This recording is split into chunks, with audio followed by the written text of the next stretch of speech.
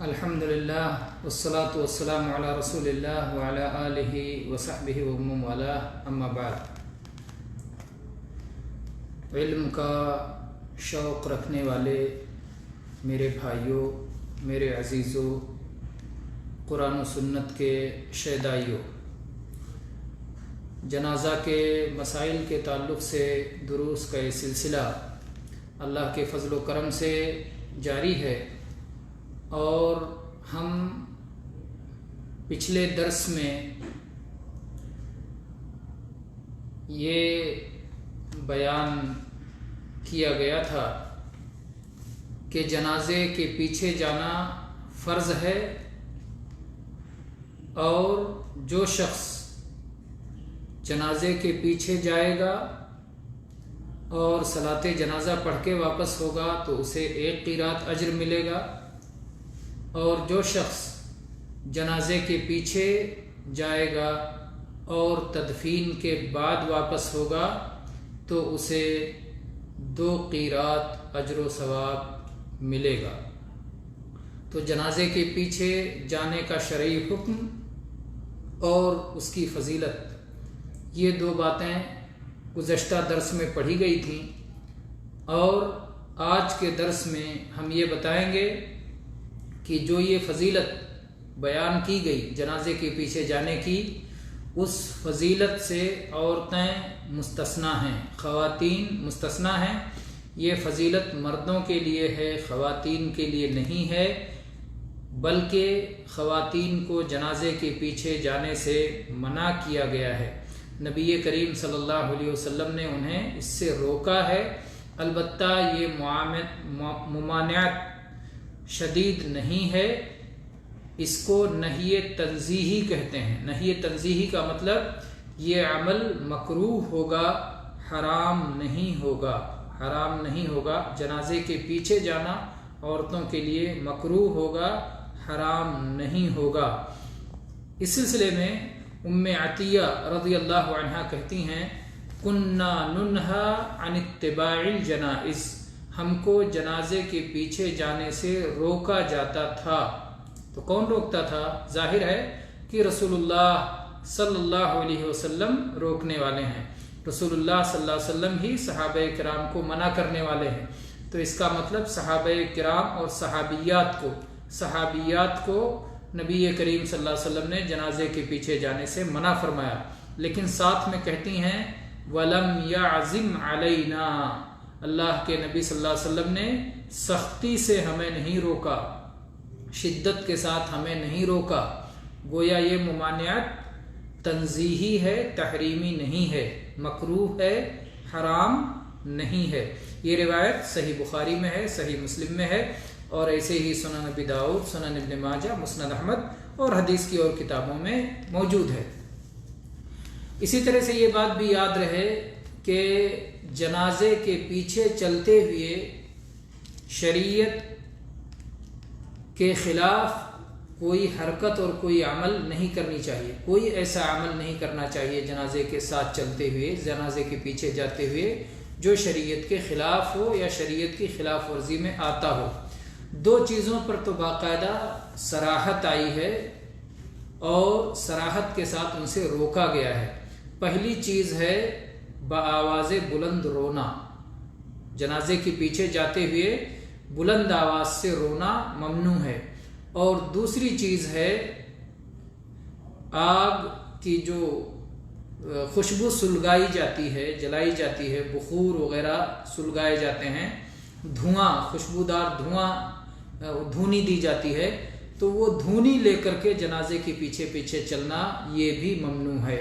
چنانچہ اس سلسلے میں سنن ابی داؤد کی حدیث ہے، لا تتبع الجنازة بصوت ولا نار، کہ جنازے کے پیچھے نہ ہی آواز کی جائے اور نہ ہی آگ لے کے جایا جائے۔ تو کیسی آواز ہوگی؟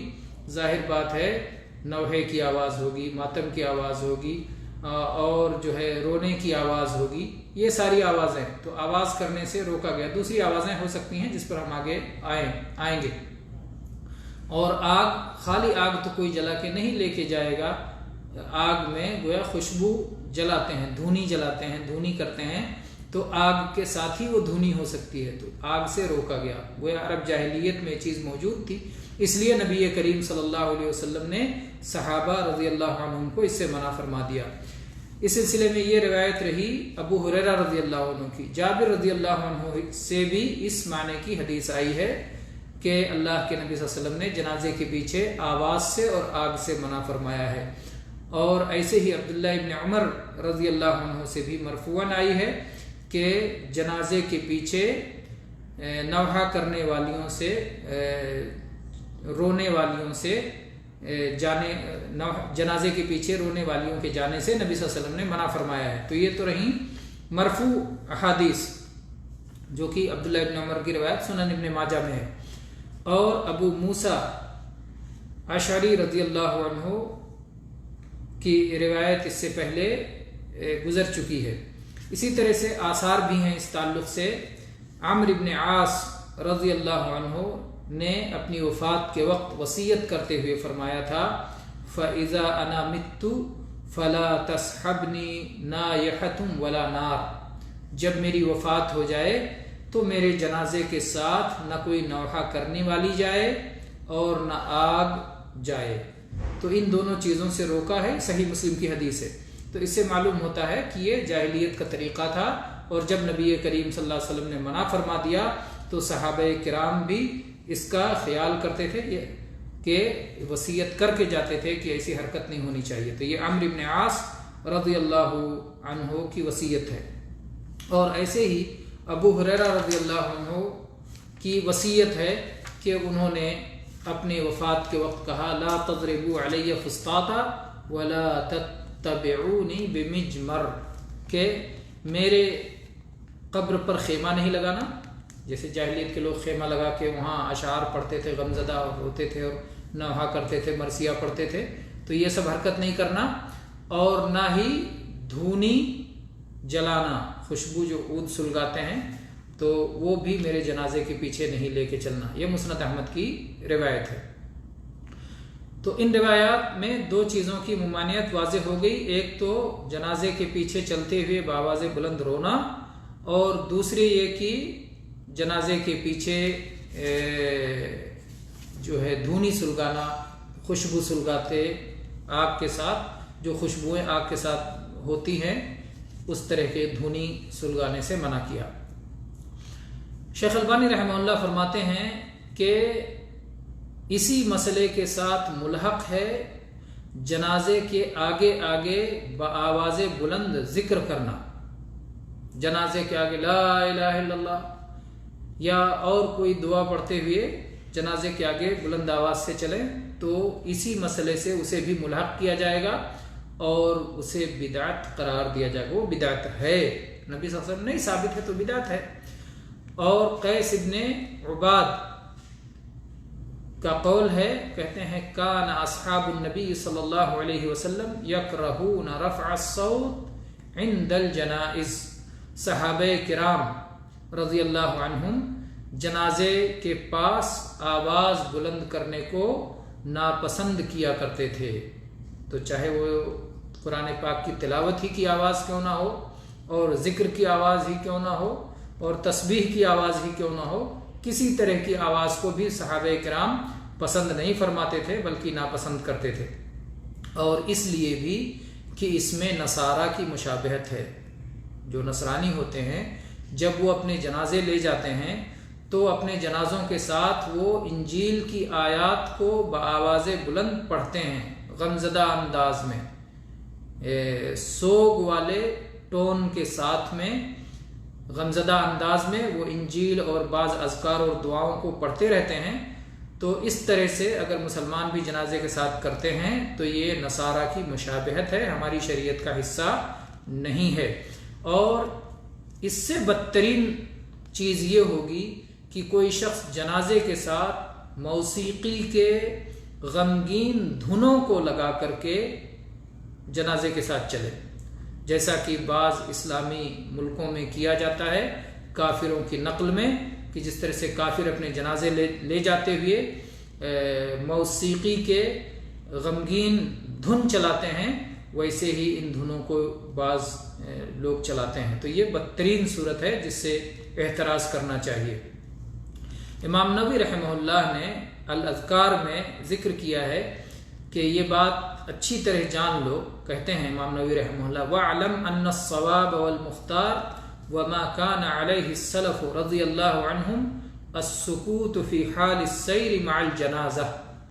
اس بات کو خوب اچھی طرح جان لو کہ صحیح بات اور قابل اختیار اور پسندیدہ بات یہ ہے جو صحابہ کرام رضی اللہ عنہم کا، سلف صالحین رضی اللہ عنہم کا طرز عمل تھا. اور وہ یہ کیا تھا کہ وہ جنازہ کے ساتھ خاموشی سے چلا کرتے تھے. تو جنازے کے ساتھ خاموشی سے چلنا یہی سلف صالحین کا طریقہ ہے اور یہی صحیح اور درست طریقہ ہے. نہ ہی قرآن پاک کی تلاوت کی جائے گی بآواز بلند جنازے کے ساتھ چلتے ہوئے، اور نہ کوئی وظیفہ پڑھا جائے گا، نہ کوئی ذکر پڑھا جائے گا، نہ کوئی دعا کیا جائے گا، اور کوئی بھی چیز نہیں. اور امام نبی کہتے ہیں کہ اس کی حکمت ظاہر ہے کہ جب آدمی خاموش رہتا ہے تو اسے سکون خاطر حاصل ہوتا ہے، پوری دل جمعی اسے میسر ہوتی ہے، اور اس موقع پر جنازے سے متعلق چیزوں کے بارے میں وہ غور و فکر کر سکتا ہے. اور یہی اس وقت مطلوب ہے کہ وہ اپنی موت کے بارے میں اور موت کے بعد آنے والے حالات کے بارے میں وہ غور کرے تاکہ اس کی تیاری کرے، اور یہی حق ہے. اس کے مخالفین چاہے جتنے زیادہ ہوں ان کی کثرت سے دھوکہ نہیں کھانا. جیسا کہ فضیل ابن عیاض رحمہ اللہ کہتے ہیں الزم طرق الہدى ولا یضرک قلۃ السالکین وإیاک وطرق الضلالہ ولا تغتر بکثرت الہالکین. کہ ہدایت کے راستے پر قائم رہو اور ساتھی کم ہوں تو بھی پریشان نہ ہو. اگر تمہارے ساتھ چلنے والے کم ہوں، ان کی تعداد تھوڑی ہو، تو بھی اس کی وجہ سے اپنے اندر کوئی تکلیف اور دل میں تنگی اور حرج محسوس نہ کرو، حق اور ہدایت کے راستے پر قائم رہو. اور ہرگز گمراہی کے راستے پہ نہیں جانا، اگرچہ اس راستے میں بہت بڑی تعداد تباہ ہو رہی ہو، ہلاک ہو رہی ہو. تو ہلاک ہونے والوں کی اور تباہ ہونے والوں کی کثرت کو دیکھ کر کے دھوکے میں نہ کھانا. یہ نہ دیکھنا کہ اس راہ پہ تو اتنے زیادہ لوگ جا رہے ہیں، چلو میں بھی انہی کے ساتھ چلتا ہوں، سب تباہی کے راستے پہ جا رہے ہیں. تو اس لیے ہدایت کے راستے پہ قائم رہنا، تعداد کی کمی کی وجہ سے پریشان کبھی نہ ہونا. اسی طرح سے امام نووی کہتے ہیں کہ دمشق وغیرہ میں جو جاہل لوگ قرآن پاک کی تلاوت جنازے کے ساتھ کرتے ہیں اور ایسے ہی اس میں عجیب ٹون کے ساتھ اسے پڑھتے ہیں، موڑ توڑ کر کے اور خوب آواز بنا کر کے، تو اس کے حرام ہونے پر علماء کا اجماع ہے. سارے علماء اس کے حرام ہونے پر متفق ہیں.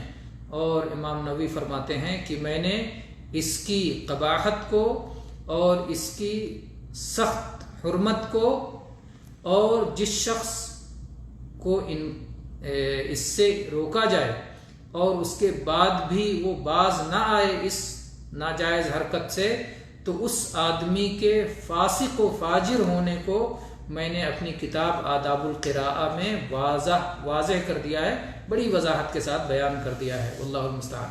تو یہ آداب القراءہ کون سی کتاب ہے امام نووی کی؟ کتاب ہے التبیان فی آداب حملۃ القرآن. تو اس کتاب میں کہتے ہیں کہ میں نے 3 باتیں واضح کی ہیں کہ یہ بڑی قبیح حرکت ہے، جنازے کے ساتھ قرآن پاک کی تلاوت، ذکر، بلند آواز سے یہ حرکت کرنا، یہ بڑی قبیح حرکت ہے. تو اس کی قباحت کو واضح کیا ہے اور اس کی حرمت کو واضح کیا ہے. نہ صرف حرمت بلکہ شدید حرمت. اور تیسری چیز کہ جس شخص کو منع کیا جائے، روکا جائے اور اس کے باوجود نہ رکے، تو اس کے فاسق ہونے کو، کہ ایسا شخص فاسق و فاجر ہے. اللہ اکبر. لوگ کہیں گے قرآن کی تلاوت کرنے والا بھی فاسق و فاجر. ہاں، اگر قرآن پاک کی تلاوت کرے شریعت کے خلاف، نبی کریم صلی اللہ علیہ وسلم کے راستے کے خلاف، صحابہ کرام کے طرز عمل کے خلاف، اپنی منمانی جگہ پر قرآن پاک کی تلاوت کرے، جہاں کی خاموش رہنے کے لیے کہا گیا ہے تو قرآن پاک کی تلاوت کر کے انسان فاسق و فاجر ہو جائے گا۔ اللہ اکبر! منہج سمجھنے کی کتنی ضرورت ہے۔ صحیح منہج نہ جاننے کی وجہ سے اور صحیح علم نہ جاننے کی وجہ سے لوگ کیسے ہلاک اور برباد ہو جاتے ہیں۔ اللہ المستعان، والحمد للہ رب العالمین، وصلی اللہ علی نبینا وسلم۔